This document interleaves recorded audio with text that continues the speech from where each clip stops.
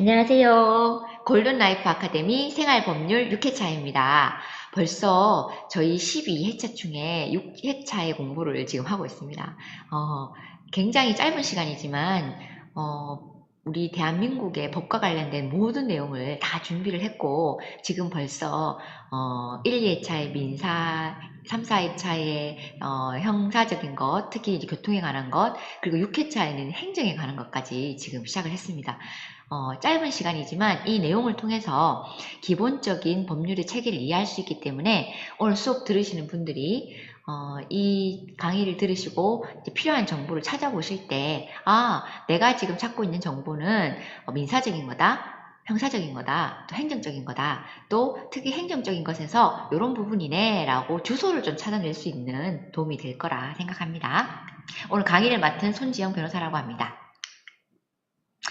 우리 지난 시간에 이제 조금 이제 빠르게 그냥 지나갔는데, 이 내용 자체가 오늘 뿐만이 아니라 우리 12회차 모든 강의의 핵심이기 때문에 이제 다시 한번 정리를 하면서 이야기를 해보겠습니다.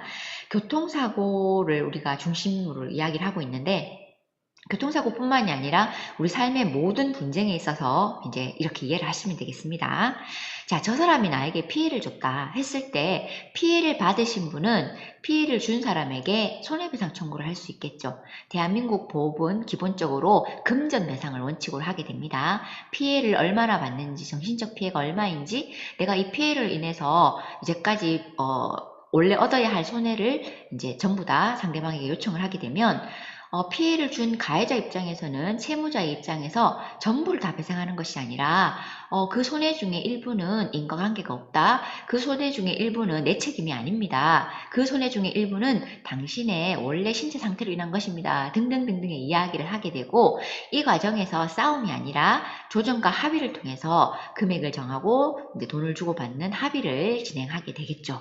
자, 그런데 이것과 다르게 도로교통법상이나 교통사고 처리 특례법상에 또는 이제 대한민국 법에서 이런 행위는 해서는 안 됩니다라고 금지한 행위에 대해서 하지 말 것을 요구한 행위, 특히 이 행위는 다른 사람의 생명, 신체, 재산을 침해하는 행위에 대해서 국가가 하지 않도록 규정을 하고 있고 이 규정을 위반했을 경우에서는 국가가 그 개인을 처벌하는 형사 절차에 회부를 하게 되는데 이때는 피해자가 가해자를 처벌하는 것이 아니라 피해자는 이러한 피해 사실을 알리는 고소나 신고를 하게 되고 피해 사실에 대해서 국가의 역할을 맡은 검사 또는 이제 수사기관에서 이 상황을 조사를 하고 이 조사한 내용에 따라서 검사가 범죄를 저질렀다고 보신 데는 법 규정상 해서는 안 된다고 규정한 행위를 한 사람에 대해서 처벌을 요구하는 형사 절차를 진행하게 됩니다.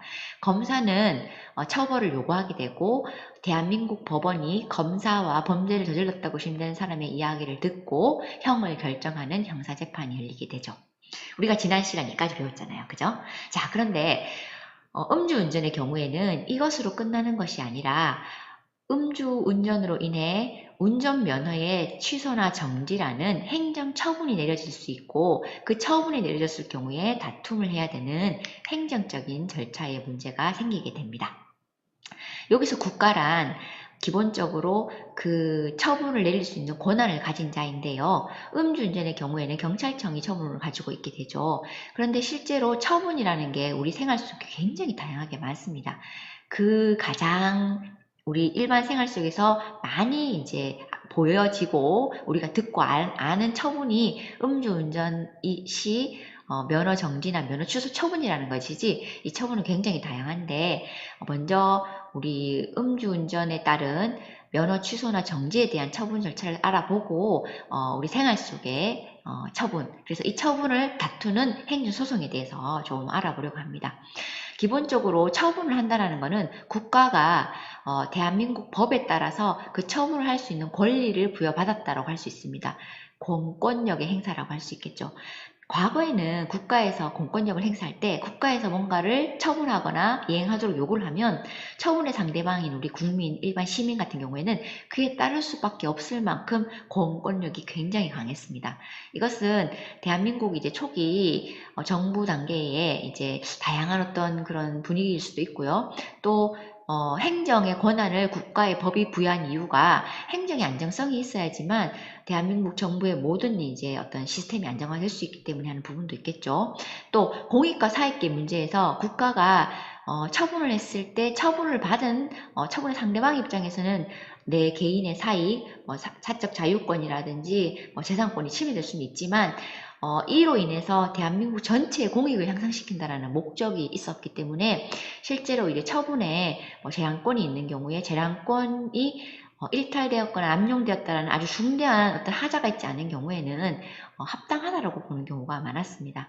그런데 처분의 상대방, 즉 사익만을 이제 추구하는 사람이라 할지라도 국가 공권력이 광범위하게 행사되었을 경우에 그 처분 상대방의 그 일반 시민의 이제 기본권이 침해될 수 있는 부분이기 때문에 이 양방의 어떤 그 판단, 실제 공익이 더 중요하나 사익이 중요하나, 공익이 중요할지라도 사익이 너무 크게 침해받는다면 처분을 취소해달라는 등등의 다툼을 하게 되는데 이것을 우리가 행정소송이라고 이해하시면 되겠습니다. 뒤에서 조금 더 자세히 살펴보도록 하겠습니다. 개인의 권리, 개인은 자유롭게 그리고 평등하게 자신의 모든 권리를 행사할 수 있죠. 그런데 이것에 대해서 우리 모두의 행복을 위해서 국가 공권력, 법에서 부여한 공권력에 따라서 침해가 되는 경우가 있습니다. 행정기관에서 과징금을 부과하는 경우가 있죠. 식품위생법이라든지 우리 이제 주변의 생활 이제 법률에 보면은 가게에서 이제 음식을 팔 때 그 음식이 상해서는 안 되잖아요. 그래서 상한 음식 재료를 그 음식을 파는 음식점이라든지 파는 이제 슈퍼라든지 이런 데서 팔지 못하도록 하고 있습니다. 그래서 그런 행위를 했을 경우에 이제 처벌을 내리는데 행정적인 기관에서 과징금 부과를 하게 되는 거죠. 또 미용실이라든지 우리 주변에 이제 다양한 우리 신체와 관련된 그 서비스를 주는 기관에 그 자격을 가지 않은 사람이 그 일을 하게 됐을 때 자격 정지라든지 그 행위를 할 수 있는 허락에 대한 면허를 취소하는 처분하게 되잖아요. 그래서 이렇게 이야기하시면 이해가 되시죠? 국가기관에서 내가 뭐 하고 있는 거 하지 말라고 한다거나 내가 할 수 있도록 허락받은 걸 정지시킨다거나 내가 어떤 행동 잘못했다라고 돈 내라 한다거나 이런 게 이제 처분이 되는 거죠.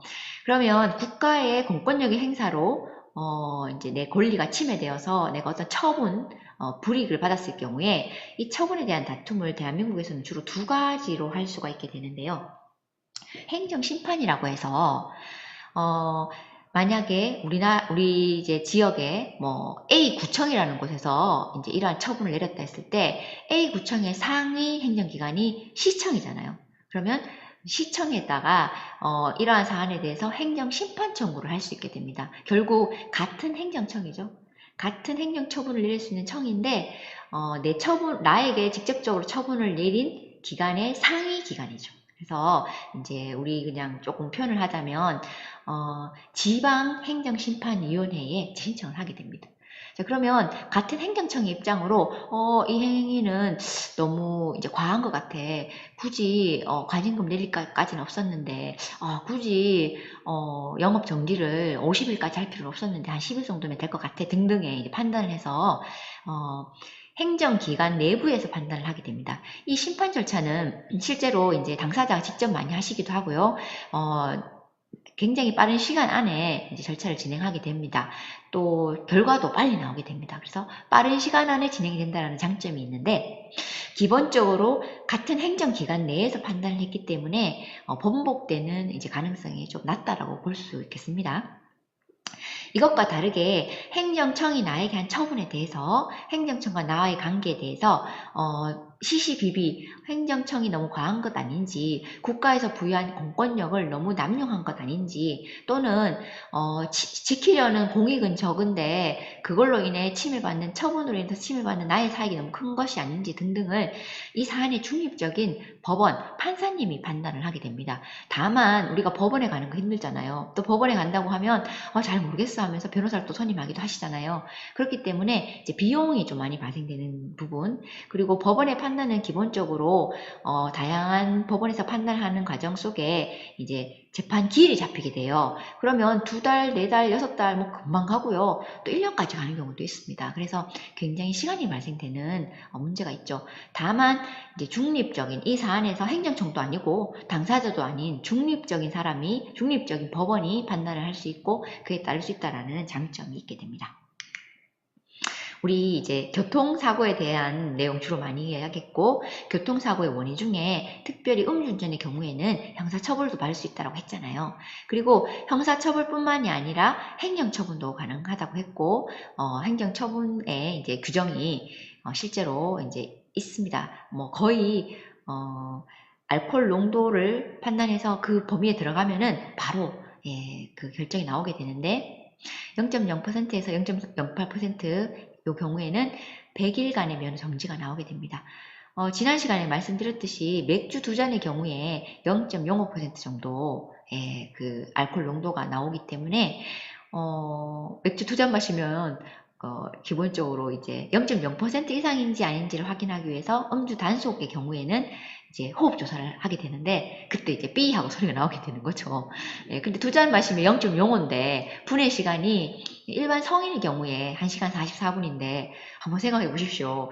내가 분해를 좀 잘 못하는 사람일 수도 있고 잘하는 사람일 수도 있고 그래서 이제 과거에는 이 정도는 아니었는데 그 최근에 이제 그 알코올 농도의 이 수치를 낮춰서 굉장히 이제 그 형사처벌과 행정처분의 기준이 강화되었다라고 우리가 보고 있습니다. 그래서 이제 그 형사처벌과 별도로 행정처분의 규정이 있다라는 거 제가 설명드리려고 이거를 지난 시간에 했던 거 다시 보여드리고 있고요. 그때 이제 우리 음주 운전으로 해서 면허 정지나 면허 취소되면 아유 뭐 저는 괜찮아요. 좀 운전 안 하지요 뭐. 또 제가 사랑하는 남편이 있기 때문에요. 우리 남편이 저를 맨날 회사에 태워주기 때문에 저는 운전면허 필요 없어요. 괜찮아요. 이렇게 하신 경우는 상관이 없지만 이제 그 생계라든지 운전하지 않으면 안 되는 경우가 참 많잖아요. 특별히 또 제가 늘 말씀드리지만 현대사회에서 이게 차라는 것이 이게 아주 중요한 이제 수단이잖아요. 이제 그런 경우 이제 문제가 있을 수 있죠. 도로교통법에 좀 전에 본 것처럼 운전면허를 취소할 수 있고 정지할 수 있도록 이제 그 처분 규정을 규속적으로 규정하고 있습니다. 그런데 이 규정을 세부적으로 규정을 하면서 감경 사유를 도로교통법 하부에 있는 이제 그 시행령, 시행규칙, 여기서는 시행규칙인데 별표 규정이라고 해서 이럴 때 이렇게 하시오, 저럴 때 저렇게 하시오라고 이제 기준을 정하고 있는데 일단 음주 운전의 경우에는 아까 알코올 농도 그 농도가 나오면 취소해라, 정지해라 이렇게 규준을 가지고 있습니다. 해야 됩니다. 자 그런데 감경하는 사유를 규정해서 감경을 할 수 있도록 하고 있는데 생계 유지에 꼭 필요한 경우 운전이 또 모범 운전자로 3년 이상 봉사를 한 경우 교통봉사해야 됩니다. 그리고 이제 교통사고 도주 운전자를 검거해서 경찰서장의 표창을 받은 이상의 표창을 받은 경우 이런데 뭐 과거 이래가지고 교통봉사 그래서 하고 막 이렇게 했는데요. 최근에는 이 감경을 이제 사유가 있다고 하더라도 거의 안 해주는 경우가 많습니다. 왜 그러냐면 운전면허를 취소할 수 있는 경우, 정지할 수 있는 경우에 음주운전을 명확하게 규정하고 있고요. 이제 감경을 할 수도 있는 것으로 보기 때문에 이제 감경을 하는 것에 대해서 국가기관이 재량을 가지고 있는데 워낙 이제 이런 사건들이 많다 보니까 재량을 막 행사해서 이 사람은 이제 조금 감경해주고 이 사람은 감경 안 해주고 이렇게 되면 이제 형평성의 문제가 생기잖아요. 그래서 이제 잘 안 해주고 다만 이제 그 행정 심판으로 이제 한 번 더 판단해 주십시오. 제가 너무 억울합니다. 하기 전에 이의 신청이라는 걸 할 수가 있게 되는데 1번부터 5번까지의 모든 사안에 해당이 되지 않는다면 이의 신청하면 받아들일 가능성이 있습니다. 예, 그런데 이제 굉장히 엄격한 기준이죠. 내가 그 알코올 농도 수치를 쟀을 때 0.1% 초과가 되면은 이거를 아예 신청할 수가 없게 됩니다. 그리고 음주운전만 있어야지 사람이 다치게 되면은 이의 신청할 수가 없고요. 또 음주 측정에 불응하는 경우, 또 단속 경찰관 폭행하는 경우, 또 과거 전력이 있었던 경우에는 이의 신청할 수 없는데, 이것이 아니라면 이의 신청을 할 수 있고 감경 규정에 따라서 감경이 가능합니다. 아주 이건 그 최소한의 이제 범위에 적용이 되기 때문에 전체 인용률이 8%에 불과하기 때문에 우리가 이런 상황이 닥쳤다고 해서 아이고 무조건 이의 신청하면 될 것으로 기대해서는 안 되고요. 내가 이제 5가지에 해당되지 않으면서 특별한 감경이 있는 사유가 있는 경우에 가능하다 이렇게 이해하시면 되겠습니다. 중앙행정심판위원회라고 해서 이제 행정적인 어떤 이런 모든 것에 대해서 지방 다음에 할 수 있는 위원회에서 구제 기준을 규정하고 있는데 워낙 많은 행정심판이 청구되다 보니까 사실은 뭐 사안에 따라서 다르게 판단할 수 있는 위원회의 결정이긴 하지만 너무 이제 음주운전 관련해서 많은 사건이 들어오고, 어떤 사건의 경우는 아이고 애기가 어리네요, 또는 뭐 노모가 계시네요, 또는 뭐 운전기사시네요, 뭐 이렇게 해서 용서를 해주고, 어떤 경우는 용서를 안 해주고 하니까 너무 이제 형평성에 문제가 있고 상황이 이제 맞지 않는 경우가 많아서, 법원은 아니지만 이제 기각 사유라고 해서 수치가 이제 0.12% 정도 이상 되는 경우에는 아예 행정심판 하더라도 행정심판을 받아주지 않는 기각 사유에 해당되기 때문에 이제 그 행정심판 같은 경우도 행정소송처럼 조금 이제 규정을 정해서 이제 그 행정심판의 결과를 받아들여서 음주 정지는 그 정지 기간을 좀 줄여준다거나 아니면은 면허 취소의 경우는 정지로 바꿔준다거나 하는 이제 그런 것들을 이제 할 수 없이 아예 받아주지 않는 기각도 할 수 있다. 이렇게 이해하시면 되겠습니다. 행정소송과의 차이점, 우리 이제 잠시 말씀드렸는데, 그 앞쪽에 이제 비용에 대한 문제라든지, 법원에 이제 가야 되는 문제라든지, 이런 것 때문에, 도로교통법에서 운전면허의 취소 정지에 대한 처분의 경우에는 반드시 행정심판을 먼저 거치고 행정소송을 할 수 있도록 그렇게 하고 있습니다. 그래서 이제 혹시나 이런 일을 닥친다면 중앙행정심판위원회 홈페이지 사이트에 들어가면 그 행정심판이 가장 많이 되는 사건 3개 중에 하나가 이제 운전면허 취소이기 때문에 어떤 경우에 가능하고 어떤 경우에 되지 않는다라고 다 이렇게 알려져 있습니다. 이렇게 공시가 돼 있기 때문에 그것을 살펴보시고 내가 해당될까 안 될까를 판단하셔도 되고, 또 법률 전문가의 도움을 받으셔도 되겠습니다. 우리 이제 생활 속의 행정처분 조금 살펴보려고 하는데, 실제로 우리 운전면허 취소만 살펴볼 것 같으면 저는 운전 안 하는데요, 또는 뭐 저는 음주운전할 일이 없습니다 하시는 분 같은 경우는 아예 상관이 없는 행정처분일 텐데, 실제로 이 행정처분이 우리 생활 속에 굉장히 다양하게 많습니다. 식품위생 관련해서 뭐 미용실이나 편의점이나 노래방이나 주점이나 음식점에 굉장한 제한이 있습니다. 지금 강의를 들으시는 분들 중에도 이런 이제 생계를 위해서 일을 하고 계신 분들 계실 텐데, 우리 다 아는 거 있잖아요. 청소년 보호 때문에 주점에서나 음식점에서 뭐 이렇게 주류 같은 거 팔 수 있는 제한 연령이 있잖아요. 그런데 이제 이 아이들 면허증 같은 거 보여주고 이렇게 먹는 경우도 있는데, 실제로 면허증, 다른 사람 면허증 가지고 오기도 하고요. 노래방 같은 경우에도 이제 그 아이들이 들어올 수 있는 시간이 제한되어 있는데, 그 이상의 시간이 오면서 화장하고 이제 뭐 이렇게 와서 어른인 것처럼 들어왔는데 단속이 들어오는 거예요. 그러면 바로 이제 영업 정지가 들어오게 됩니다. 네. 그래서 이런 것들 굉장히 우리 생활 속에 행정처분 많이 있습니다. 또 뭐 이제 부동산업 관련해서라든지 우리가 이제 다양한 일에 종사할 수 있잖아요. 근데 이제 자격이 있는 사람에 대해서 그 일을 할 수 있도록 부여한 경우도 있고, 또 자격에 그 걸맞는 다양한 제한이 있을 수 있어요. 뭐 부동산업 같은 경우에는 부동산 수수료를 받을 수 있는 범위라든지 부동산업을 할 수 있는 사람에 대한 정해져 있잖아요. 그러면 내가 이제 아르바이트로 뭐 친구가 도움받아서 이제 조금 이렇게 일을 한 것에 대해서 이제 이 처분을 받을 수 있게 되는 거죠.